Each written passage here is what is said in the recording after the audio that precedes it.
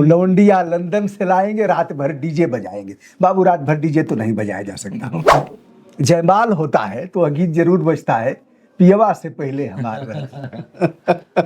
बड़े भैया मनोज तिवारी जी, बड़े भैया रवि किशन जी, बड़े भैया दिनेश लाल यादव जी, ये तीनों लोग जहाँ पे इन लोगों का जन्म हुआ है वहाँ से राजनीति नहीं करते हैं। हम अपने जन्मभूमि को चुने हैं क्या, जन्मभूमि ने हमें चुना है, करना बिल्कुल करना है। वैसे आदमी से क्या कर सकते हैं जो 7वां पास हो और जो 10वां का मार्कशीट नहीं दिखा पा रहा हो कि 10वां कब पास किया था, खाली हाफी डिफिट कर रहा हो। जैसा खेसारी लाल नाचते हैं उसका 5% नाच सकते हैं वो। हमें हमारे क्षेत्र की जनता हमें सेवा का मौका देती है तो पूर्ण रूप से सेवा करेंगे। फिर वो क्षेत्र जो उसमें अभिनेता रितेश पांडे गायक भी हैं, देश ही नहीं बल्कि फिजी के देशों में 150 साल पहले गिरमिटिया मजदूर के तौर पर जो गए थे भारत से, उन लोगों का भी बड़ा भारत में प्राण बसता है और रितेश पांडे जैसे लोगों को वह देखते हैं। हमसे भी बात होती रहती है, 5 पीढ़ियां 6 पीढ़ियां खत्म हो गई, कभी भारत नहीं आ पाए, लेकिन कहते हैं ब्रजभूषण भैया रितेश पांडे का हाल बा, ऐसे पूछते हैं लोग, क्योंकि उनकी आत्मा उनका प्राण भारत में ही बसता है। रितेश पांडे अब अभिनेता से नेता बनने की दिशा में अग्रसर हैं और 11 तारीख को इनका चुनाव होना है। रितेश, शुभकामना हमारी, अच्छा लगा और मैं चाहता भी था कि आपके साथ साक्षात्कार करूं। प्रशांत को ही आपने क्यों चुना, नंबर 1। नंबर 2 यह कि तमाम अभिनेता सांसद हो गए। विशेष रूप से अगर देखा जाए तो पूर्वांचल इस मामले में बड़ा धन्य है। मनोज तिवारी से शुरुआत हुई, उसके बाद रवि किशन, निरहुआ, यह लोग सब संसद की शोभा बढ़ा रहे हैं। निरहुआ इस बार हार गए। आप चाहते तो वह लोग, यानी जो अक्षत मार करके सबको शुद्ध कर देते हैं, आम का पल्लो उठाते हैं और मंत्र बोलते हैं सभी को शुद्ध कर, वह लोग आपको भी ले लेते और आपके ऊपर कोई मुकदमा भी नहीं है, स्वच्छ छवि है। तो प्रशांत किशोर को ही क्यों चुना आपने? हाँ, सबसे पहले तो बहुत बहुत धन्यवाद आपका। हम आपके वीडियोस देखते रहते हैं, बहुत अच्छे लगते हैं। और आपने जो माँ गंगा के लिए जो आपने जो आवाज़ उठाई वो बहुत ही सराहनीय है। मतलब बात आप इस खड़ाऊ की तरफ कर रहे हैं। आपने वो अभी खड़ाऊ धारण किया है माँ गंगा के प्रण के लिए, माँ गंगा को स्वच्छ करने के लिए, तो ये बहुत सराहनीय है और बहुत प्रशंसनीय है और पूजनीय है। और बहुत बहुत शुक्रिया आपका, धन्यवाद।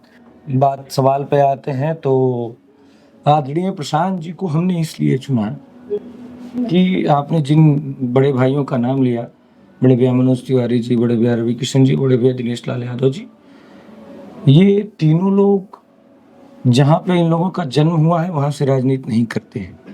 मनोज तिवारी जी का जन्म कैमूर में हुआ है लेकिन वो इलेक्शन दिल्ली में लड़ते हैं। बड़े भैया रवि किशन जी का जन्म जौनपुर में हुआ है लेकिन वो इलेक्शन गोरखपुर से लड़ते हैं। और दिनेश लाल यादव जी का जन्म गाजीपुर में हुआ है लेकिन वो इलेक्शन आजमगढ़ से लड़ते हैं। हम अपने जन्मभूमि को चुने हैं क्या, जन्मभूमि ने हमें चुना है। और प्रशांत किशोर जी इसलिए कि जो दशकों से बिहार जिस बदहाली में है, जिसे बिहारी शब्द को लोग गाली की तरह इस्तेमाल करते हैं, ये जग जाहिर है, इसको प्रमाणित करने की आवश्यकता नहीं है, सबको पता है। यह बिहारी, अरे बिहारिया ऐसे करके बुलाते हैं लोग।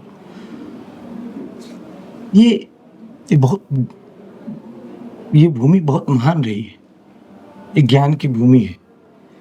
यहाँ पे भगवान बुद्ध को ज्ञान की प्राप्ति हुई, भगवान महावीर का जन्म हुआ, भगवान राम यहाँ बक्सर में आके शिक्षा दीक्षा प्राप्त की। ये तो पौराणिक बातें हो गई। अगर 100-150 साल पहले की बात करें तो भारत के जो 3 सबसे प्रतिष्ठित विश्वविद्यालय थे, तक्षशिला, विक्रमशिला और नालंदा, उसमें से 2 विक्रमशिला और नालंदा बिहार में थे। ये भूमि की ये स्थिति है कि बिहारी शब्द गाली हो गया है। आदरणीय प्रशांत जी ने कहा कि हम ज्ञान की भूमि को फिर से ज्ञान की भूमि बनाएंगे, हम बिहार का पुराना गौरव वापस लेकर आएंगे। जैसे कि बिहार हमारा आज से 35 से 40 साल पहले भी सबसे गरीब राज्य था पर कैपिटा इनकम के अनुसार, और आज भी गरीब राज्य। साक्षरता दर में सबसे नीचे था 40 साल पहले भी और आज भी सबसे नीचे। तो ये जो मुख्य मुद्दे हैं बिहार में, इससे पहले चुनाव, ये 2025 से पहले के चुनाव या तो जाति पे होते थे या तो धर्म पे होते थे। लेकिन प्रशांत किशोर जी के आने के बाद से जो लोग जाति की बात करते थे वो भी कह रहे हैं कि हम विकास करेंगे और नौकरी देंगे। जो धर्म की बात करते थे वो भी कह रहे हैं कि भाई हम पलायन रोकेंगे। ये बिकॉज ऑफ प्रशांत किशोर जी की वजह से हुआ है। तो जो उनकी नीतियाँ हैं हमें बहुत अच्छी लगी। तो इसलिए हम एक गरीब किसान परिवार में मेरा जन्म हुआ है। हमने आज तक जो भी पाया है, मतलब बहुत कुछ तो नहीं पाया, बहुत थोड़ा बहुत है जो क्या नहीं मिला? अब यह कहना है रितेश कि भगवान ने क्या नहीं दिया। हाँ। भगवान ने छप्पर फाड़ करके दिया। बिल्कुल मैं आभारी हूँ, ऐसे कहना है। मैं तो मैं बहुत बहुत आभारी हूँ भगवान का। और मैंने बहुत संघर्ष किया है, तो मैं संघर्ष से डरता नहीं हूँ। बिल्कुल आपने जो कहा अच्छत वाली बात, वो हो सकता था, मेरे लिए बहुत मुश्किल बात नहीं थी। लेकिन मुझे बस सच के साथ रहना है और मतलब ऐसा जो मुझे सही लगे। मुझे सही लगा कि हाँ भले इसमें संघर्ष है, मेरी पार्टी नई है, मुझे बताना, जैसे और किसी दल में जाते तो ये नहीं बताना पड़ता था कि मेरा चुनाव चिन्ह ये है। लेकिन अब मैं हर जगह जाता हूँ अभी, तो मैं अपना चुनाव चिन्ह भी बताता हूँ। मुझे मंजूर है, मुझे संघर्ष मंजूर है। और क्यों? क्योंकि मेरा ये नियत है कि हम अपने बिहार को इस बदहाली से बाहर निकालें। गौरवशाली बिहार को पुनर्प्रतिष्ठापित करने के लिए प्रशांत किशोर जी ने कमर कसा है और रितेश पांडे उनके एक सहयोगी के रूप में, एक सेनापति के रूप में मैदान में है। ये सच है कि बिहार जैसी भूमि जहां पसीना बहाने वाले लोग पूरे विश्व में अपने को स्थापित किए हैं, वह बिहार इतना बदहाल क्यों? और उस बिहार के लोगों को बिहारी बिहारी कहकर के, अरे बिहारी है ऐसे कहकर के, तो यह पीड़ा इस युवा के भीतर तक है और उसे समाप्त करने के लिए कृत संकल्पित है रितेश। रितेश चुनावी मैदान में है। रितेश को भगवान ने सब कुछ दिया है, माला माल किया है। अब यह मैं एक अनुरोध करूंगा कि यह कहना है कि हमें प्रभु ने सब दिया, बिल्कुल नारायण ने सब दिया। तो प्रशांत किशोर को आपने चुना, मैदान में है, बिहार को बदलने की उत्कट अभिलाषा है और परमात्मा ने अगर अवसर दिया तो जितना बन पड़ेगा उतना करेंगे। बिल्कुल बिहार में तमाम नरसंहार हुए और मतलब जो देखा जाए पुराने बिहार की स्थिति तो अब बहुत भयावह है। अभी आपके एक प्रत्याशी के समर्थक की हत्या हो गई बिहार में, दुलार चंद यादव की।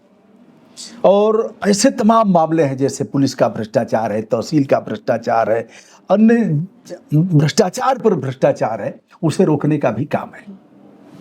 अब एक सवाल यह उठता है, लोग यह कहेंगे कि यार रितेश पांडे इतनी मेहनत, अब 12 घंटे से कम तो कभी मेहनत किसी साधना के क्षेत्र वाले को अगर पूछा जाए तो 12 घंटे से कम की मेहनत नहीं है।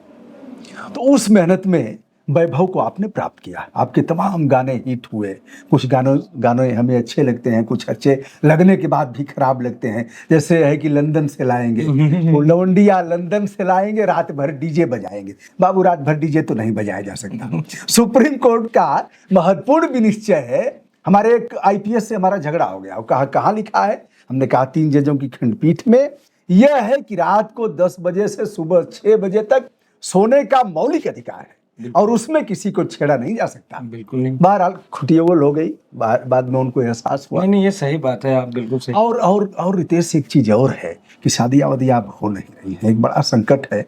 आप गांव में घूमेंगे तो थोड़ा इसका भी पता करिएगा।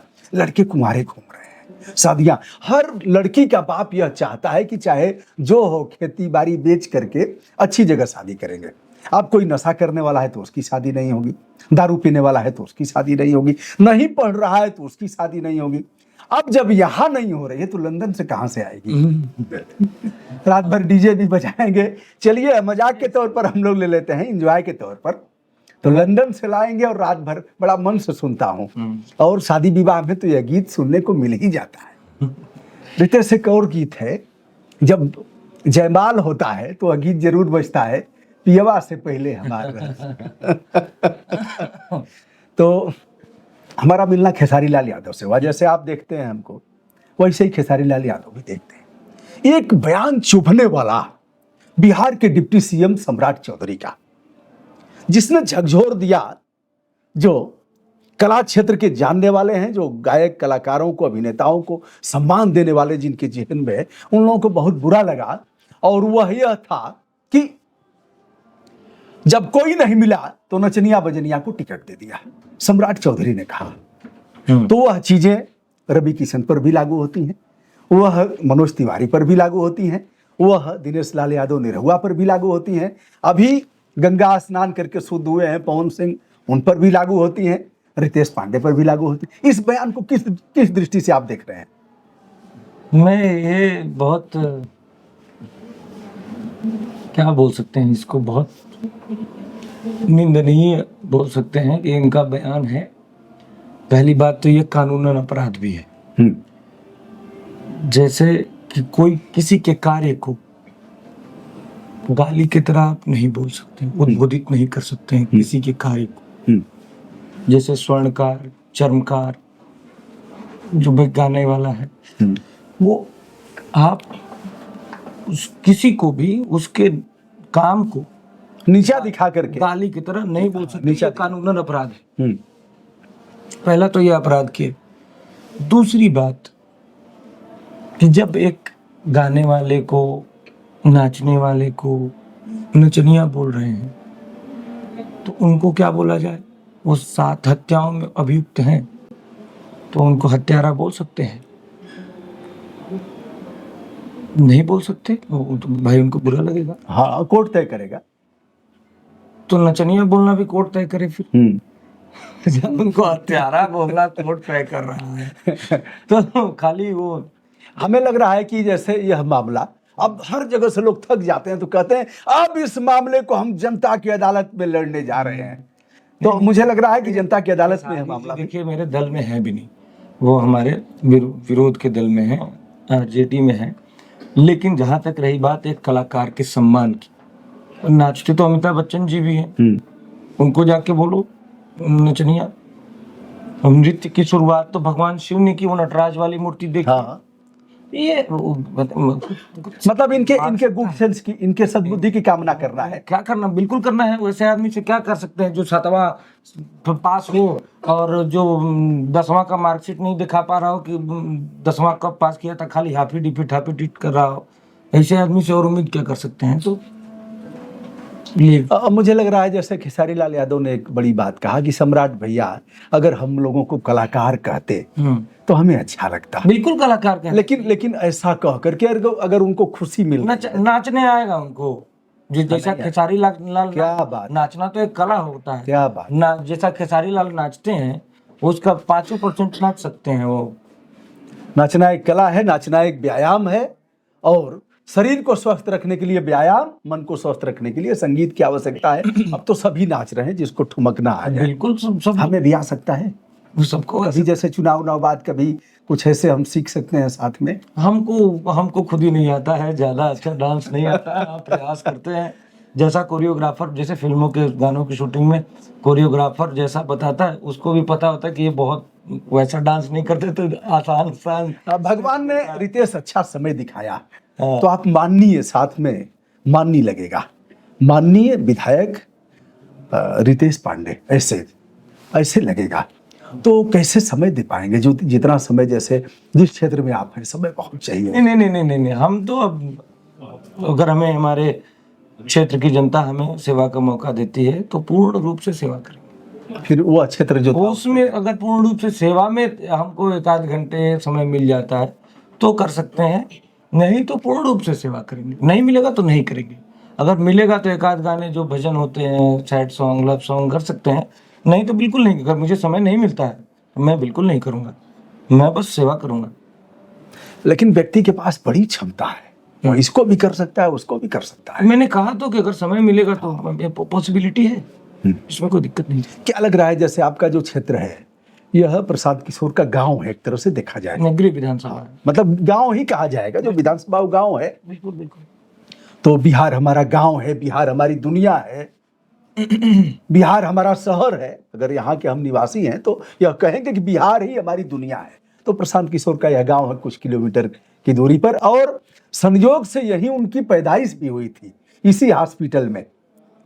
इसी के हॉस्पिटल में भी तिवारी जी हैं दैनिक जागरण के, उन्होंने बताया हमसे कि भाई साहब यही पैदाइश हुई है प्रशांत किशोर की।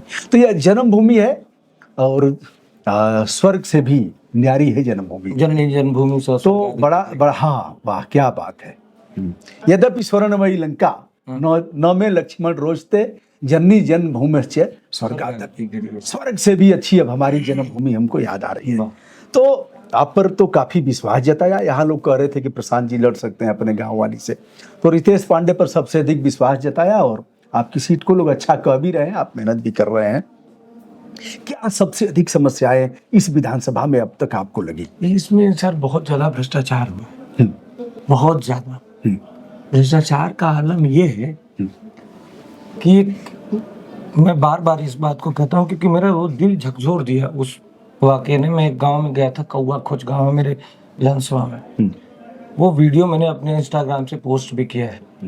एक बहन थी, बहुत जीर्ण शीर्ण अवस्था में थी, बहुत जीर्ण शीर्ण अवस्था में। वो आई और हमारे पास बोली कि हमारे पास राशन कार्ड नहीं। हम बोले अरे भाई आपको तो राशन की सबसे ज्यादा जरूरत है, आपके पास क्यों नहीं है? तो बोली कि 4000 घूस लग रहा है। अच्छा, तो हमारे पास 4000 नहीं। राशन कार्ड के लिए 4000 रुपया रिश्वत लगेगा तब राशन कार्ड बनेगा। वो वीडियो है, मैंने डाला है इंस्टाग्राम पे और गांव वाले समर्थन किए हैं उनकी बातों का, उस बहन की बातों का। ये आलम है भ्रष्टाचार का। नाली सबसे बड़ी समस्या जो है, ये हमारे कम से कम 400 से ज्यादा गांव है, हमारे 409 या 410 गांव, 350 से ज्यादा गांवों में ये समस्या है कि जल की निकासी नहीं की गई है। नाली तो किसी तरीके से भ्रष्टाचार करके ढाल दिया गया है। जहाँ 5 एक का मसाला लगना चाहिए वहाँ 15 एक का मसाला लगा है, 20 एक का मसाला लगा है, सब धा रहा है, डिमला रहा है।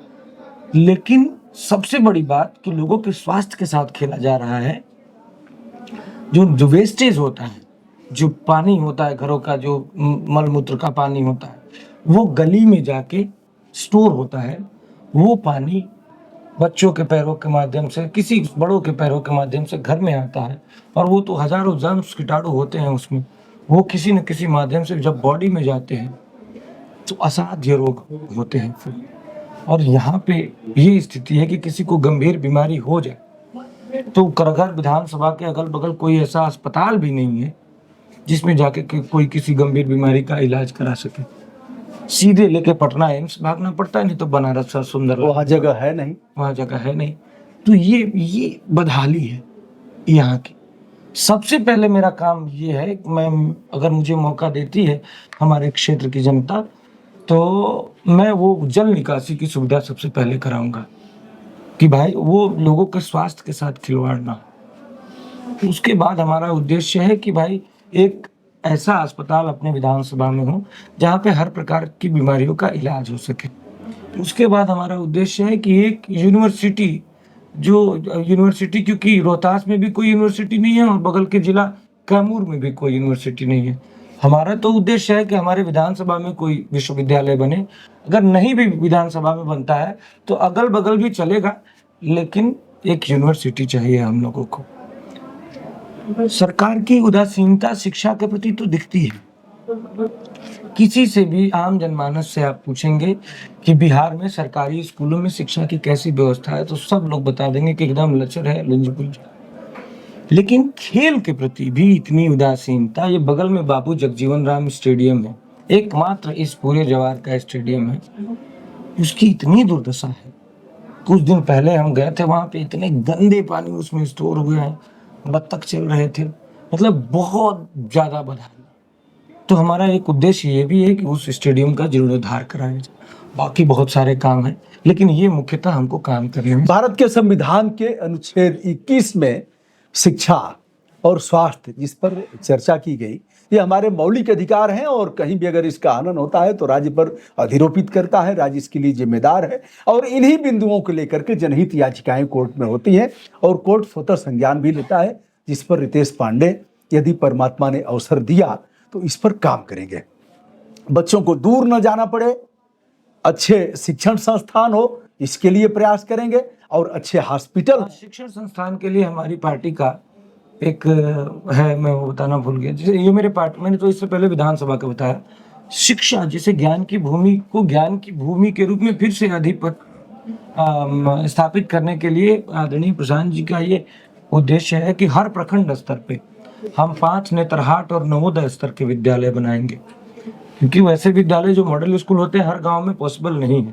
तो हम हर प्रखंड स्तर पे 5 बनाएंगे, और जब तक वो विद्यालय हम बना नहीं देते तब तक हमारी जनसुराज की व्यवस्था बनने के बाद हम ये तय करेंगे कि जो आदमी नीडी है, जो जरूरतमंद है, वो अपने बच्चों को प्राइवेट अंग्रेजी स्कूल में भेजे, उसका खर्चा, उसका फीस सरकार की तरफ से दिया जाएगा। और रितेश, एक चीज मैंने बिहार में देखा, अब अंतिम सवाल, आपका भी समय है, निकलना भी है।